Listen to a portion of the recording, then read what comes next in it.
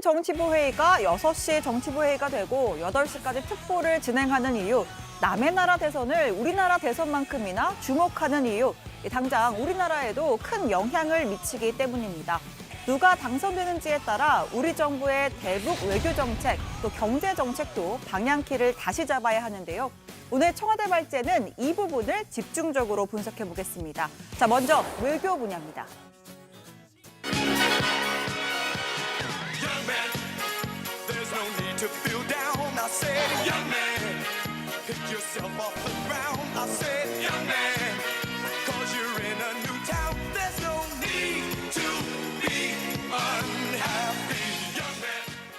네, 지난달이죠. 코로나19 음성 판정을 받은 트럼프 대통령이 격전지 플로리다로 날아가서 평소보다 더 열정적인 춤솜씨를 선보이며 유세에 나섰습니다. 내가 이만큼 건강하다 직접 몸으로 보여주는 모습인데요. 이날 유세 덕인지 지금까지는 플로리다에서 승기를 잡고 있죠. 자, 아무튼 이날 플로리다 연설에서 트럼프 대통령은 갑자기 북한 김정은 위원장을 언급했습니다. You're looking around. Kim Jong-un. Whatever happened to the war we were supposed to be in with Kim Jong-un, right? Kim Jong-un, they're 100% sharp. We have somebody running who's not 100%. He's not 80%. He's not 60%. 북한 김정은 위원장이 대선에 나온 어떤 사람, 즉 바이든 후보보다 영리하다. 김 위원장을 이 바이든 후보를 깎아내리는 데 동원한 겁니다. 지난 4년간의 임기 동안 트럼프 대통령은 자신의 가장 큰 치적 중에 하나로 대북 외교를 꼽았습니다. 북한이 대륙간 탄도미사일을 쏘아올리고 미국 불바다를 언급하던 일촉즉발의 시기를 북미 대화의 시기로 바꿔놨다는 겁니다. Is forced to defend itself or its allies. We will have no choice but to totally destroy North Korea. Rocket Man is on a suicide mission for himself and for his regime. 그는 분명 정치인이 아니라 불장난을 즐기는 불망나니 깡패임이 틀림없다. 미국의 늑다리 미치광이를 반드시 물로 다스릴 것이다. I feel really great. We're going to have a great discussion, and I think tremendous success. They'll be tremendously successful. 발목을 잡는 그 과거가 있고 또 그릇된 분변과 관행들이 우리 때로는 우리 눈과 귀를 가리우기도 했는데 우린 모든 것을 이겨내고 이 자리까지 왔습니다. That's true. 네, 제가 기억하는 범위 내에서 트럼프 대통령은 오바마 때였다면 아마도 우리는 전쟁 중일 것이다 라는 말을 최소 수십 번은 했습니다. 오바마 전 대통령은 임기 초반 북한 지도자와 조건 없이 만나겠다라는 입장이었는데 핵실험과 무력 도발이 반복되자 전략적 인내를 내세워서 대북 제재를 강화하고 대화를 단절하는 방향으로 선회한 바 있습니다. 반대로 트럼프 대통령은 적극적으로 북미 대화에 나서며 오바마 전 대통령 지우기에 나섰던 건데 만약 재선에 성공한다면 김 위원장과의 이 특수관계를 기반으로 해서 교착 상태인 북미 협상을 다시 시작할 가능성이 있습니다. 정상 간 만남을 통해서 단판을 짓는 이른바 톱다운 방식의 협상이 계속되는 겁니다. 물론 일각에선 회의적인 시각도 있는데요. 첫 임기에는 재선을 목표로 외교적인 성과를 만들기 위해서 북미 정상회담을 의욕적으로 추진했지만 집권 2기에는 그만한 유인이 없다는 겁니다. 지난해 하노이 회담 결렬 과정에서 서로 양보할 수 있는 마지노선을 확인했기 때문에 3차 정상회담에는 쉽게 나서지 못할 거다라는 전망도 있습니다. Look, if you had one shot, one opportunity to seize everything you ever wanted in one moment that you captured, just let it slip. You better lose yourself in the music the moment you own it. You better never let it go. You only get one shot. Do not miss your chance to blow. This opportunity comes once in a lifetime. You better. 네, 바이든 후보의 홍보 영상이었습니다. 자, 반면에 바이든 후보가 당선이 되면 트럼프가 오바마를 지웠듯이 바이든도 트럼프 지우기에 나설 겁니다. 현재 대북 정책이 북한의 실질적인 비핵화를 진전시키지 못했다면서 보여주기식의 회담은 갖지 않겠다는 입장인데요. 또 지난달 마지막 TV 토론에선 김정은 위원장을 폭력배로 칭하기도 했습니다. What has he done? He's legitimized North Korea.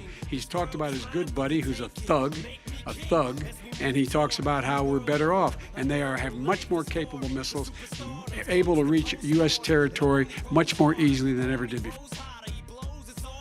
바이든 후보는 실무 협상을 통해서 북한의 비핵화 의지를 확인한 뒤 그리고 북미 정상회담으로 단계를 밟아가는 이 바텀업 방식 더 선호하고 있습니다. 기본적으로는 오바마 정부 때의 대북 정책, 전략적인 인내가 부활할 거란 관측이 있고요. 다만 한미 동맹 관계를 중시하기 때문에 오바마 행정부가 이명박 정부의 대북 기조에 발을 맞췄듯이 이번에는 문재인 정부의 남북미 대화 기조에 더 무게를 둘 수도 있습니다. 우리 정부의 중재자 역할에 따라선 클린턴 정부 때의 북미 커뮤니케, 즉 평화협정이 처음 언급됐던 시기로 돌아갈 수 있다는 관측입니다. 또 다른 변수는 시간인데요. 이 새로운 외교 안보 라인을 편성하는데 최소 6개월에서 1년을 보낼 수 있기 때문에 북미 대화가 조속히 재개되긴 어려울 것으로 보입니다.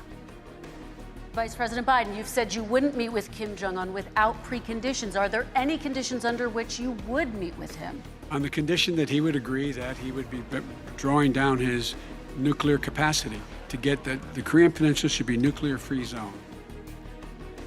또 외교 분야에선 방위비 협상 문제도 직접 영향권에 듭니다. 트럼프 대통령은 방위비 대폭 인상을 계속 요청해왔고 양국의 협상단이 잠정 합의한 13% 인상안도 거부했습니다. 재선에 성공하면 인상 압박 더 커질 수가 있고요. 주한미군 감축 카드를 다시 꺼낼 수도 있습니다. 반면에 바이든 후보는 무리한 증액은 요구하지 않을 것으로 보입니다. 최근 언론 기고문에서 트럼프 대통령을 겨냥해 갈취라는 표현을 썼는데요. 갈취보다는 동맹을 강화하면서 한국과 함께 설 것이다라고 말했습니다. We're spending a tremendous amount of money to protect South Korea, and we think that it's fair that they pay substantially more. Now, we only had a month or two before the budget ended, so they said no, and they're very good business people. I'll be a president who will stand with our allies and friends and make it clear to our adversaries the days of cozying up to dictators is over. I'll work in common purpose for a more secure, peaceful, and prosperous world. 그다음 경제 분야입니다. 사실 누가 됐든 경제 분야에 있어서 미국 최우선주의는 그대로입니다. 트럼프 대통령의 슬로건 마가, 미국을 다시 위대하게나 또 바이든 후보의 슬로건 바이 어메리칸, 미국산 제품을 구매하라나 결국은 같은 의미인 거죠. 또 두 후보 모두 지금과 같은 대중 견제를 지속할 것으로 보여서 미중 간의 무역 갈등도 계속 이어질 전망입니다. 다만 세부적인 정책을 좀 따져보면 한미 통상 환경 변화의 차이가 있을 겁니다. 트럼프가 재선할 경우 보호무역주의 기조는 더욱 강화되고 또 전 세계 무역을 엮고 있는 WTO 탈퇴를 압박하면서 체제를 더 흔들 겁니다. 반대로 바이든이 당선되면 보호무역주의 기조는 다소 완화되고 WTO와의 관계 개선도 이루어질 수가 있습니다. 또 관세 등을 앞세운 트럼프의 관리무역과 달리 무역을 통한 시장 확대 방식을 선호하기에 일단은 조금 숨통이 트일 수도 있는데요. 다만 중국을 압박하기 위해서 동맹과의 다자 협정을 추구하는 입장이어서 우리나라가 미국이나 중국 어느 한쪽을 선택해야 하는 상황에 놓일 수도 있습니다. Joe Biden is a corrupt politician who raked in millions from China while giving them your jobs. Agricultural exports to China during the Trump years have been 40% lower than during the Obama-Biden second term. 우리 정부도 현재 실시간 개표 결과를 보면서 선거 판세 분석에 한창입니다. 특히 외교부는 지난 8월부터 미국 대선 TF를 구성했는데요. 2016년 대선 당시에 힐러리 클린턴 후보가 당선될 거란 다수의 예상이 빗나가면서 좀 당황했었던 그 전철을 밟지 않겠다는 겁니다. 각 후보 당선에 대비한 외교정책 시나리오도 미리 구상을 해뒀고 특히 강경화 외교부 장관이 이르면 나흘 뒤에 폼페이오 국무장관과의 만남을 위해서 미국을 방문할 예정입니다. 지금까지 미국 대선이 우리나라에 미칠 영향에 대해서 살펴봤는데요. 자리에 들어가서 JTBC의 외교안보 전문가 워싱턴에서 JTBC 이상복입니다. 네, 옛날이네요. 복국장과 함께 더 이야기 나눠보겠습니다.